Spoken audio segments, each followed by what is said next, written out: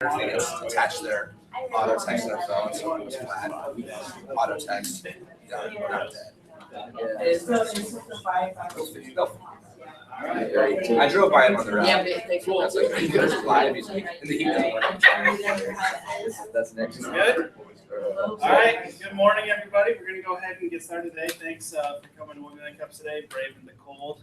Thought all your cars started. Rob's didn't start. That's why he's not here yet. I think he just walked in.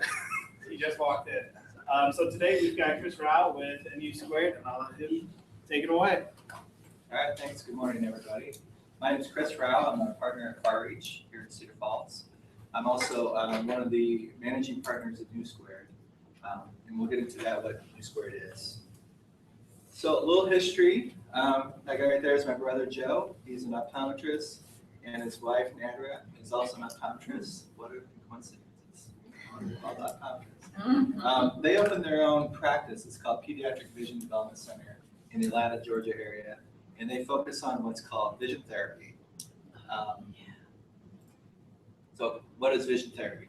So I think of it I think of it as like occupational therapy for your eyes, but it's a set of different activities and techniques that the doctors who are trained in vision therapy use to help improve vision problems that can interfere with attention, reading, and learning.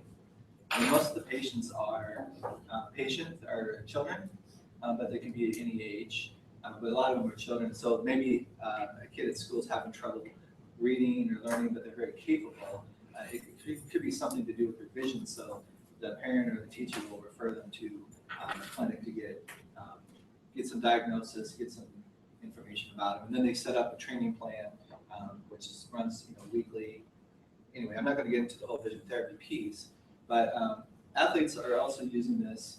There are some centers that specialize in this sports training.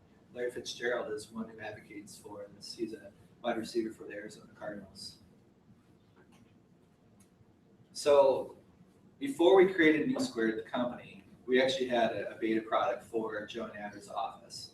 So they hired Far Reach to create a very basic software package to track patient information, their appointments, and their invoicing so they can make sure to get paid, which is obviously important. So we did that back in 2008. So over time, their practice grew, the needs of their practice changed, and they went out and they started looking for software that would help them with their practice. Now, there's a lot of optometry softwares out there, but none of them provided what they needed for vision therapy. You can get a scheduler, you can get a billing. There's software that do that really well, but around the vision therapy piece, there was nothing that really did that well. So we started talking with them, and I don't know why. There we go. So Joe and Nadra, we started talking, and when we partnered, Far Reach partnered with Joe and Nadra to create a new company called NU Squared. So NU Squared is an independent company, partially owned by Far Reach, partially owned by Joe and Nadra. So some of the challenges that VT practices faced. So this is where the software that they looked at fell short. Each office does vision therapy differently. Each doctor, each therapist has their own way of doing things, what they like to do. There are a lot of different activities you could do, but people like to do them their own way, or people just have their own way of doing things. And then each patient within your practice has different needs. So every patient, what works for one patient may not work for another. You need to be able to quickly change the therapies and the programming of the therapies on the fly or ahead of time. Reports. So a lot of times what happens is a general optometrist will refer a patient to the vision therapy clinic, and those referring doctors need reports back that they can keep on file. And the parents also need these reports. So these reports are very manual and time consuming to produce. My sister-in-law said it would take her over an hour for each report. And that's quite a bit of time that she was spending. And then, offices that use paper or existing EHR systems, they might try to use the EHR system for their VT needs, but really trying to fit a square thing in a round thing, right? Right. So we created NU Squared, and NU Squared is electronic health records for vision therapy practices. So our tagline is vision therapy medical records designed for optometrists by optometrists. So Joe and Andra, they're responsible for kind of the business side of things. They do the sales. They provide all the domain expertise. And then FireReach, we do the marketing. We do all the technical stuff.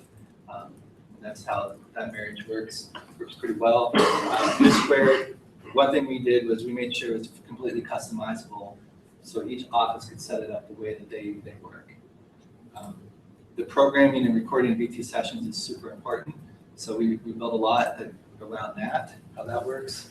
And of course, we have the patient charts to keep track of the patient information. We have lots of different types of reporting, and we have other features that you would expect in the electronic health record system, like a scheduler, so that they can keep track of all their appointments. Patient billing, so some offices accept insurance, some don't. Either way, they can track invoices and payments, make sure they're getting paid. And then one of my favorite features is the iPad tablet app. What this is actually a responsive web application that is designed to fit on your iPad. So the way it works is when a patient comes in for a therapy session, they might be in a room smaller than this, but they have different stations. And the therapist will carry around their iPad and watch and observe what their kid's doing. And they can punch that in on the screen as they're doing the therapy. So they can record the therapy, do the therapy, right on this iPad tablet. So it saves them a ton of time. This data is synced up to the main software, produce whatever reports they need to, and track things. The nice thing is, as they're doing the therapy, if they decide they need to do another technique or they don't need to do a technique while they're doing it, they can do that in the iPad app as well. So it's a real powerful tool for them. So our revenue model, we're a software as a service company. We do have a setup fee of $1,200, and we use that for training for the office because the software is so customizable. Joe, he'll spend some time working with each office to get them set up, so that their technique setup that they use. So he spends quite a bit of time with them at the beginning, because we found it's really important to make sure people get everything set up properly so that they continue to use the software and not abandon it right away. And then we have a pretty simple monthly subscription option, 1 to 2 users, $199 a month, and 3+ users is $299 a month. A user to us is a doctor or therapist. People who take appointments, they can still use the software, but they don't count against their license fee. So competition, obviously other country HR systems. Paper, people love their paper. And you'd be surprised, people that are within 10 years of retirement will go away from paper because that's what they like. And then I have attitudes. What I mean by that is, in order for someone to pull in the software into their practice, maybe the therapist comes by our booth and really likes it. They have to go talk to their doctor. They have to talk to their office manager. They have to get everyone on board to use it. So it's more of a barrier than a competition, but I wanted to put that up there because it's really a way of changing how they do things in their practice. That's something we have to deal with when we're trying to convince someone to purchase the software. So we've been doing this for 3 years. We launched a product in 2011, and we've been slowly growing the system. And so I want to take a little bit of time to talk about some lessons we learned in the process. Start with minimum viable product. It's really important. Our product now is, let's say it's like this. When we first released, it was this, but we probably should have done this. But hindsight is 20/20, pun intended. But you don't know what you really need until at our first conference we went in. We had what I thought was a pretty good solid product. But a lot of people were like, "Well, we need this, this, this, and this to make it work." And so we probably maybe lost some sales, but we didn't really know exactly what we needed at the time. Pricing, keep it simple. We used to have more pricing tiers, but we scaled that back to simplify it. Target market, really get to understand your target market. We're a very niche company. We focus on vision therapy. you think that'd be the target market, but it's actually people who primarily practice vision therapy. So they do general optometry and kind of dabble in vision therapy on the side. That's not really our target. So it's subtle, but it was a big deal once we found that out. So the value and benefits instead of selling your features. So why would people want to use your software? What are the benefits for me as a doctor or therapist? I care that there's a calendar, but what are the benefits of using the calendar? So that's important. Customer service, don't underestimate the power of customer service in terms of maintaining your clients, your customers, and reputation. We do get some referrals, and we try to do a very good job of customer service, so don't underestimate the power of that. When you're selling, people love a good story. People really like when they come up to us. I'm there at the booth at these conferences with my brother, and they love the fact that two brothers come together to form a company. That's a good story to tell. So if you have a good story, share it with people. People love that. And then, you need to be committed and focused. Obviously, for us, one thing we can do better is we can be more committed to this product than what we are. My brother and his wife have just opened their second office. We have 2 offices now. That's their primary focus. The software is kind of a secondary thing. And for us, we have lots of things we're working on, so this is a secondary thing. So we don't put as much into it as we really should if we really wanted to grow it. But it's going well. It's profitable. So, but we're just not really putting a lot into it right now. That's just the decision that we made on that. So, with that, I don't have questions. How big is the vision therapy market? There's a College of Optometry Vision, Optometric Vision Development, COVD. It's a conference we go to every year, and they have about 1,000 members. So, but the market's a little bit bigger than that. So it's not very big, but yeah, we're the only software that targets vision therapy.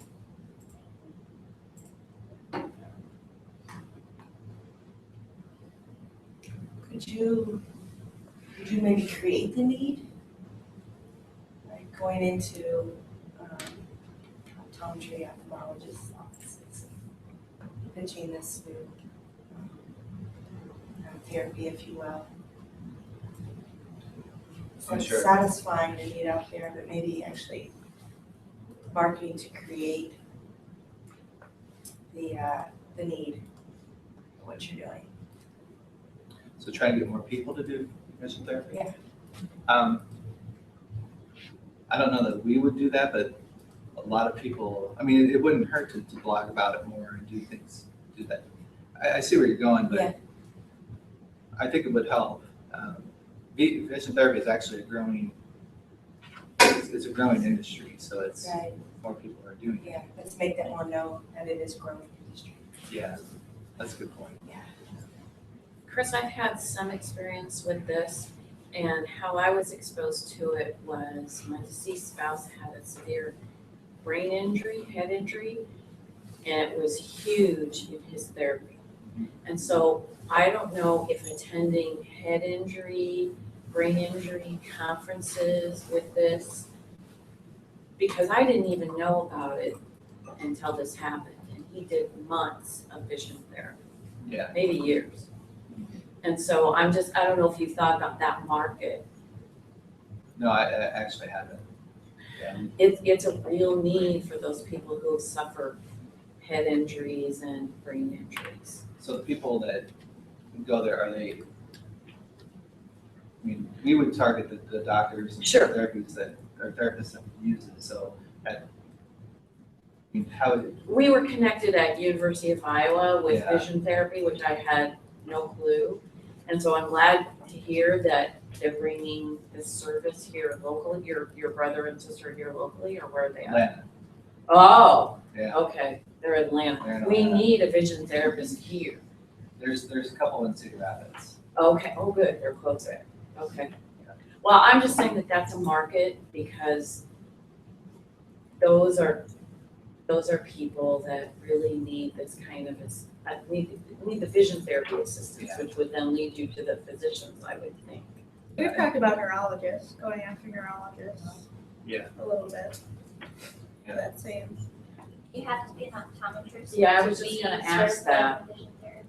You can be a therapist, and you can have no experience, you can just come in, be a therapist, and get trained and certified by the PCU. Okay. That I didn't know. So, but you don't have to be certified in order to practice it, Mm-hmm. but it's kind of a nice designation. But usually people are under the supervision of the doctor. The doctor Yeah. is usually the one that's like setting up your program and evaluating what you need. Is it used in schools? Like, I mean, you talked about kids with reading. Do they do like bigger schools, like have a, you know? No, I think you're lucky if For- teachers would recognize it. Part of that would be your educating teachers, because that would be a huge thing. I know my brother and sister-in-law, they go to schools. They go to other optometrists and teach them about vision therapy so they get referrals. That's how they build up their referrals in their areas, talking to local organizations. You mentioned in some of your lessons learned that you started with one target market and that kind of evolved. So I guess where did you start and where are you now in terms of your target market? Yeah, we thought we could be an add-on to people who have a general optometry system already. And what we found is most of our clients they use our software for everything. People don't like having two softwares. They want to use one to run the practice. So our ideal, our typical client is someone who's younger, because they're more open to new technology, and they do primarily vision therapy. If they do general optometry, we can adapt our software because it's customizable for their general optometry appointments. Look here for a PT. Well, mentioning, you mentioned like going after people who are younger. I have a friend who's doing optometry school in like Chicago. So like this is something I'm gonna tell her about because it's of her interest. Is that like, do you want people who are just gonna start a new practice or going to join a new practice with some fresh ideas? Is that kind of who you're after? Yeah, new practices are a big thing. We've actually tried to get into schools Okay. and just to give them the software to use in the schools to train the students. That's a good idea. Yeah, it's a great idea, but people, even if you, we've talked to so many, like 3 or 4 different schools around the country. The buy-in's just not there yet. It's hard to get through their bureaucracy. That makes sense. That makes sense. I get some younger professors in there then. I'm curious about the development of your original product. You obviously were partnered with your brother in their practice specifically. When you were developing the initial product, were you doing it really specifically to their needs to start with? Or I guess, did you see a value add from doing it that way and then trying to expand it out? Or if you had to do this again, would you try and contact other organizations to try and start evolving it earlier? I guess I want to know more about how you went about that process. Yeah, the version we built in 2008 was really basic, just for their needs. And then when we built New Square, we actually got input from, they have a nice network of friends in the Atlanta area, different size practices, that we got feedback from them also. So we did it primarily for their practice, but we talked to some other people. We probably should have talked to more people as we were building it. Was the idea to expand it come from, was that from inception, or did it come sort of evolve out of developing the original product? So it just, the first thing we built in 2008 was just a one-off thing. And then a couple years later, we started talking about it. So it's just because the need was there, like, we decided to go for it. Yeah. It's been a good learning experience, for sure, yeah. Chris, did you say you had an insurance component? Yep. Okay. Is vision therapy covered by most insurances? I don't believe so. I didn't think so. So Yeah. that's why I wondered if you had that. Hopefully I think it depends on the we're state. adventuring that way with healthcare. Yeah. But I was just wondering if you have that component built in, so when we do cover those alternative medicines. Yeah. That you're ready for that. Like for my sister-in-law and brother, they don't accept insurance. Okay. A lot of VT practices don't. Now, some do because we've built the billing portion for it with the insurance to do it. And we've claim forms built and all that stuff. But one of the big hurdles we have to, if let's see, if it's Medicare, if people accept Medicare, then your software needs to be like, go through all this ambulatory certification, which costs like a gazillion dollars to do. So we're trying to avoid that unless we really have to. So that's another barrier to expansion too much. If we get into the general optometry, we have to go through all that. It's not HIPAA compliance, it's, I understand it is all these softwares that doctors are using all have to be able to share data amongst themselves. Yeah. And so they have to, like, for example, one things we have to build in our software is track all the medications that you've been taking and how they interact with one another. Well, that has nothing to do with VT. It just muddles up the system. And it would cost a lot of money to build out all those features and hire some third party to come in and make sure that you're meeting the standards. So we're hoping we can kind of stay under under the radar as a side thing. So we don't have to do that. If we ever had to do that, that could just break us, really. So. Did you model off of similar software? And I guess next question is there a different area you take all into from this, what you built? Modeled off similar software, parts of it, we always take ideas from existing things we've done, like how to manage notes and things like that. But all the vision therapy stuff is all new, proprietary. So that was all new. Really, the way we have the system set up, any therapy session, have the setting of occupational therapy, speech therapy, anything where you need to customize the therapy, you need to track it, it could be used for that. Chiropractic. Absolutely. Yep. So really, any therapy setting, and the reason we haven't pursued that is just we don't have these resources. We don't have. We have to have someone really doing that, So my brother and his wife, they're focused on optometry. We'd have to probably get an advocate, someone that would be focused on OT, speech, physical therapy, chiropractic. But it would definitely work with that. Yeah. So have you thought of maybe licensing that out to other people to use it for those other applications? Or? I love that. I'd love to, one of the last questions, in the last question, if anybody knows someone like a therapy office, I'd love to just get an introduction, just to show them what we have, and see if it's something that they would use. Well, I was just thinking my daughter, well, she's in New Mexico now, but when she was in Iowa City, she was doing like play therapy, as a social worker and things like that. And, any of that, there's always all kinds of paperwork, and anything that can reduce that paperwork would be beneficial. So.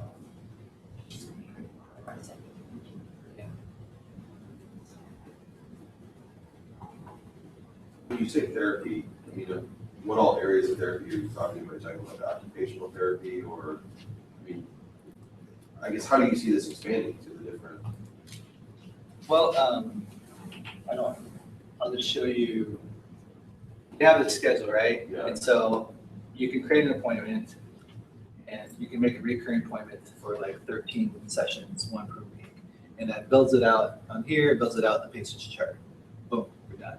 It's a much more modular product. Yeah, and so then in each therapy, when you program it, you kind of set up what you want to do. Each office, no matter if you're doing vision therapy, occupational therapy, it's just a series of questions and answers. It's how you want to record the data and how you want to produce the reports. So we have a nice report builder that works like a GoMerge. You set up for each technique, you can build that out, and then you have an overall template built out that you can produce. So it would work for really any therapy session setting. And it doesn't comply with the Medicare requirements, which is one of the reasons why we maybe haven't pursued that as well. But it's to the point, the software's to the point now where we don't really make a whole lot of updates. It's pretty much where we want it to be. The next thing would be maybe a portal for parents to interact and be able to view the documents and, see their appointments and that kind of thing. Time for one more question.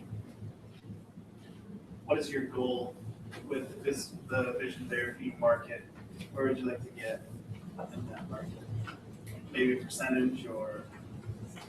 Well, it'd be great to get like anybody who's doing just vision therapy. I'd like to have everybody using our software. I know that's unrealistic, but if we could get like 30%, that would be great. So, but we've been to this conference for four times. It's an annual one, and we still have people come up to us and like, oh, who are you guys? And so we do market. We have it out there. It's people don't always know about you, so it's just another reminder that you have to keep putting yourself out there over and over again. You can't assume that everyone knows who you are. So, a lot of times people come back year after year, and maybe the second year they decide to sign up. So just keep being persistent. But it's funny because when people come up to the booth and like, oh, who are you? And they can explain. And then you start showing them, they're like, oh, they really get excited because you're showing the benefits, by showing them the software, they really take an interest in it. What's the NU square? Talk about the naming. NU square? Yeah. Well, my sister-in-law, her nickname is Nunu. So NU squared, and we wanted to have some kind of they're science people, so our logo looks like a little element on the pyramid table. I was trying to figure out what element that was. Yeah. It took a long time to come up with that name, by the way. Okay, so last question. What do you need from the community to really take this to the next level? As I mentioned, if anybody knows anybody that works in a therapy setting, occupational speech, whatever, just an introduction. I'd love just to show people what we have and see if it would work. I just had an idea just right now. I don't know. What about approaching the speech and hearing clinic right here on campus? That's true. They're phenomenal. I think my They wife have a knows. very high reputation. I can't say enough about their program. I don't know if that's within their realm, but I don't know. Yeah, that's a good idea. But they would certainly have contacts to get you out to other folks. Yeah, that's true. That's a good idea. Because a lot of those folks come in and need vision therapy that they're treating and may not know that they need it until they have their evaluation. So that was just one idea I had. Okay. And I can talk to you some more later. I have some other ideas. Cool. Well, we missed our standing ovation this morning, so I feel like we should probably do that. Thanks.